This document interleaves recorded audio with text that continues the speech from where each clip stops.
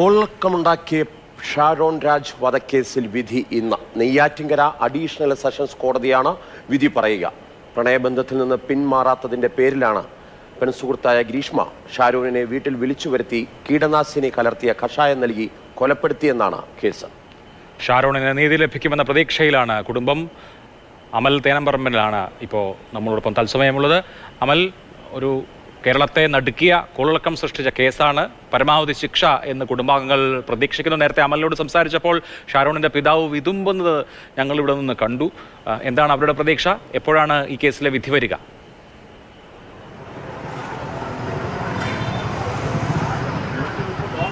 അഭിലാഷ്, 11 മണിയോടുകൂടി കോടതി നടപടികൾ ആരംഭിക്കും. അതിനുശേഷം ഗ്രീഷ്മയുടെ അമ്മാവൻ, അതോടൊപ്പം തന്നെ അമ്മ, ഈ 3 പ്രതികളാണ് കേസിലുള്ളത്. ഇവർ കുറ്റക്കാരാണോ എന്ന കാര്യത്തിൽ കോടതി ഒരു തീർപ്പ് കൽപ്പിക്കും. അതിനുശേഷം ശിക്ഷ പിന്നീടായിരിക്കും തീരുമാനിക്കുക. നിലവിൽ എന്തായാലും കോടതിയിലേക്ക് അവർ എത്തിയിട്ടില്ല. അല്പസമയത്തിനകം എത്തും എന്നുള്ളതാണ് മനസ്സിലാക്കുന്നത്. ഈ പ്രതികളായ 3 പേരും കോടതിയിലേക്ക് എത്തുന്നുണ്ട്. അതോടൊപ്പം തന്നെ ഷാരോണിന്റെ കുടുംബാംഗങ്ങളും കോടതിയിലേക്ക് വരുമെന്നാണ് അറിയിച്ചിരിക്കുന്നത്. ഷാരോണിന്റെ അച്ഛനും അമ്മയും വീട്ടിലിരുന്നാണ് ഈ വിധി എന്താണ് എന്നറിയാൻ കാത്തിരിക്കുന്നത്. അനുജൻ പക്ഷേ ഇവിടേക്ക് എത്തുന്നുണ്ട്. ഈ കേസുമായി ബന്ധപ്പെട്ടുള്ള കാര്യം പറയുകയാണെങ്കിൽ നേരത്തെ അഭിലാഷ് പറഞ്ഞതുപോലെ അങ്ങേയറ്റം കോളിളക്കം സൃഷ്ടിച്ചു എന്ന് മാത്രമല്ല, പോലീസിന് വലിയ വെല്ലുവിളി സൃഷ്ടിച്ച ഒരു കേസ് കൂടിയായിരുന്നു. പ്രത്യേകിച്ചും സാഹചര്യ തെളിവുകളാണ് ഈ കേസിൽ ഏറ്റവും നിർണായകമായുള്ളത്. അതോടൊപ്പം തന്നെ ഈ ഡിജിറ്റൽ എവിഡൻസുകളുമാണ്. അതിനാൽ കോടതി ഇതിനെ എങ്ങനെ കാണും എന്നുള്ളത് വളരെ പ്രധാനപ്പെട്ട ഒരു ചോദ്യമാണ്. ഈ ഗ്രീഷ്മ കുറ്റം സമ്മതിച്ചിട്ടുണ്ട് എങ്കിൽ കൂടി കൃത്യമായ തെളിവുകൾ ശേഖരിക്കുന്നതിൽ എത്രത്തോളം ഈ അന്വേഷണ സംഘവും പ്രോസിക്യൂഷനും ഒക്കെ വിജയിച്ചിട്ടുണ്ട് എന്നുള്ള കാര്യം നമുക്ക് അല്പസമയത്തിനകം അറിയാൻ കഴിയും. ഈ കേസ് ഉണ്ടാകുന്നത് 2022-ലാണ്. ഈ കേസിൻ്റെ വാർത്ത ആദ്യം എത്തുന്നത് നമുക്കരികിലേക്കാണ്. ഈ കേസുമായി ബന്ധപ്പെട്ട കാര്യങ്ങൾ അറിയാനായി നമ്മൾ ആ വീട്ടിലേക്ക് ചെല്ലുന്നു. ഷാരോണിൻ്റെ അച്ഛനെയും അമ്മയെയും കാണുന്നു. അപ്പോൾ അവർ വിതുമ്പിക്കരഞ്ഞ് ഇങ്ങനെയൊരു വിവരം പറയുകയാണ്. തങ്ങളുടെ മകനെ വിഷം കൊടുത്ത് ഗ്രീഷ്മ എന്ന് പറയുന്ന ഒരു പെൺകുട്ടി കൊന്നു. അങ്ങനെയാണ് നമുക്ക് മുന്നിലേക്ക് വാർത്ത എത്തുന്നത്. പിന്നീട് അതിന് പിന്നാലെയുള്ള അന്വേഷണത്തിൽ നിരവധി വിവരങ്ങൾ പുറത്തേക്ക് വിടാനായി, പ്രത്യേകിച്ചും ഓഡിയോ സന്ദേശങ്ങൾ അടക്കമുള്ളവ. അങ്ങനെയുള്ള സന്ദേശങ്ങൾ പുറത്തുവിടുമ്പോഴും ഈ ഷാരോൺ ആശുപത്രി കിടക്കയിൽ കിടന്ന് നൽകിയ ഒരു മൊഴിയുണ്ട്. മരണമൊഴി എന്നുള്ള തരത്തിൽ രേഖപ്പെടുത്തിയ മൊഴിയിൽ പോലും പറഞ്ഞിരിക്കുന്നത് ഈ പെൺകുട്ടി തന്നെ അങ്ങനെ വിഷം നൽകി കൊലപ്പെടുത്തുമെന്ന് താൻ കരുതുന്നില്ല എന്നാണ് ഷാരോൺ പറഞ്ഞു വെച്ചിരിക്കുന്നത്. അതുകൊണ്ട് അത്തരം കാര്യങ്ങളെല്ലാം നിലനിൽക്കുന്ന ഒരു കേസാണ്. ആകെ കുഴഞ്ഞു പറഞ്ഞ ഒരു കേസാണ്. ഷാരോണിനെ കൊലപ്പെടുത്താനായി ഈ പ്രണയബന്ധത്തിൽ നിന്നും പിന്മാറണമെന്നൊരു ആവശ്യം ഉന്നയിച്ചു. ഇവർ തമ്മിൽ നല്ല അടുപ്പത്തിലായിരുന്നു. അതിനുശേഷം ഒരു സൈനികനുമായി വിവാഹബന്ധം തീരുമാനിക്കുന്നു. ആ ബന്ധം തീരുമാനിച്ചതിന് പിന്നാലെ ഷാരോണിനോട് തൻ്റെ ജീവിതത്തിൽ നിന്ന് ഒഴിഞ്ഞു പോകണമെന്നൊരു ആവശ്യം ഉന്നയിക്കുന്നു. ഷാരോൺ പക്ഷേ അമിത ആത്മാർത്ഥത കാണിക്കുന്നു. മാത്രമല്ല ആ ബന്ധത്തിൽ നിന്ന് പിന്മാറാൻ തയ്യാറായതുമില്ല. ഈ പെൺകുട്ടി എങ്ങനെയെങ്കിലും തന്റെ ജീവിതത്തിൽ ഇതാണ് കേസിന്റെ ചരിത്രം എങ്കിലും ഇതിൽ ഏറ്റവും വലിയൊരു പ്രതിസന്ധി വരുന്നുണ്ട്. പ്ലേസ് ഓഫ് ഓപ്പറേഷൻ ഉൾപ്പെടെ, അതായത് കേസ് നടക്കുന്നതും സംഭവിക്കുന്നതും ഒക്കെ തമിഴ്നാട് കേരള ബോർഡറുകളിലാണ്. അതുകൊണ്ട് തന്നെ പോലീസ് ഈ കേസ് തയ്യാറാക്കി വിൽക്കുന്ന സമയത്ത് വളരെയധികം ലൂപ്പ് ഹോളുകൾ വരുന്നുണ്ട്. അതുകൊണ്ട് വാദത്തിലെല്ലാം തന്നെ അത് ദൃശ്യമായിരുന്നു.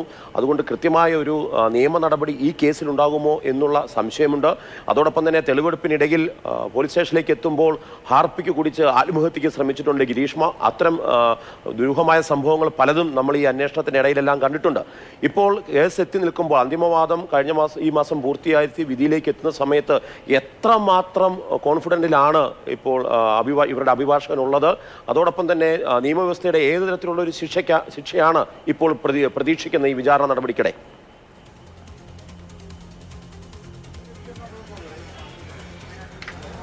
കുടുംബം പറയുന്നത് മാഷല്ല, അതായത് പരമാവധി ശിക്ഷ എന്നുള്ളതാണ്. അതായത് വധശിക്ഷ എന്നുള്ള നിലയിൽ തന്നെയാണ് അവരതിനെ കാണുന്നത്. പക്ഷേ പ്രോസിക്യൂഷനും അത് പറയുമ്പോഴും അവർക്കതിനൊരു കോൺഫിഡൻസ് ഇല്ല എന്ന് നമുക്ക് പറയേണ്ടി വരും. ഈ നിലവിൽ ഈ കേസുമായി ബന്ധപ്പെട്ട് ജീവപര്യന്തം അല്ലെങ്കിൽ ഇരട്ട ജീവപര്യന്തം പോലൊരു ശിക്ഷയാണ് പ്രതീക്ഷിക്കുന്നത് എന്നുള്ളതാണ് അവരുമായി ബന്ധപ്പെട്ട ആളുകളോട് സംസാരിക്കുമ്പോൾ അവർ പറയുന്നത്. പ്രോസിക്യൂഷൻ്റെ ഭാഗത്തു നിന്നും ഈ വാദത്തിനിടയിൽ തെളിവ് നിർത്തുന്നതിൽ അങ്ങനെയങ്ങ് പരാജയം സംഭവിച്ചിട്ടില്ല. പക്ഷേ അതെല്ലാം ഡിജിറ്റൽ എവിഡൻസുകളാണ്. മാത്രമല്ല ഈ ഷാരോൺ നൽകിയ ഒരു മരണമൊഴിയുണ്ട്. ആ മരണമൊഴി ആകെ പ്രശ്നമുള്ളതാണ്. ആശുപത്രി കിടക്കയിൽ കിടന്നിട്ട് ഈ പെൺകുട്ടി അങ്ങനെ ചെയ്യുമെന്ന് താൻ കരുതുന്നില്ല, തനിക്ക് അങ്ങനെ വിഷം തന്ന കാര്യമൊന്നും ഈ ഷാരോൺ ഒന്നും സ്ഥിരീകരിക്കുന്നില്ല. ആകെയുള്ളത് അന്ന് ഷാരോണിൻ്റെ ഒപ്പം ഉണ്ടായിരുന്ന റിജിൻ എന്ന് പറയുന്ന കൂട്ടുകാരനാണ്.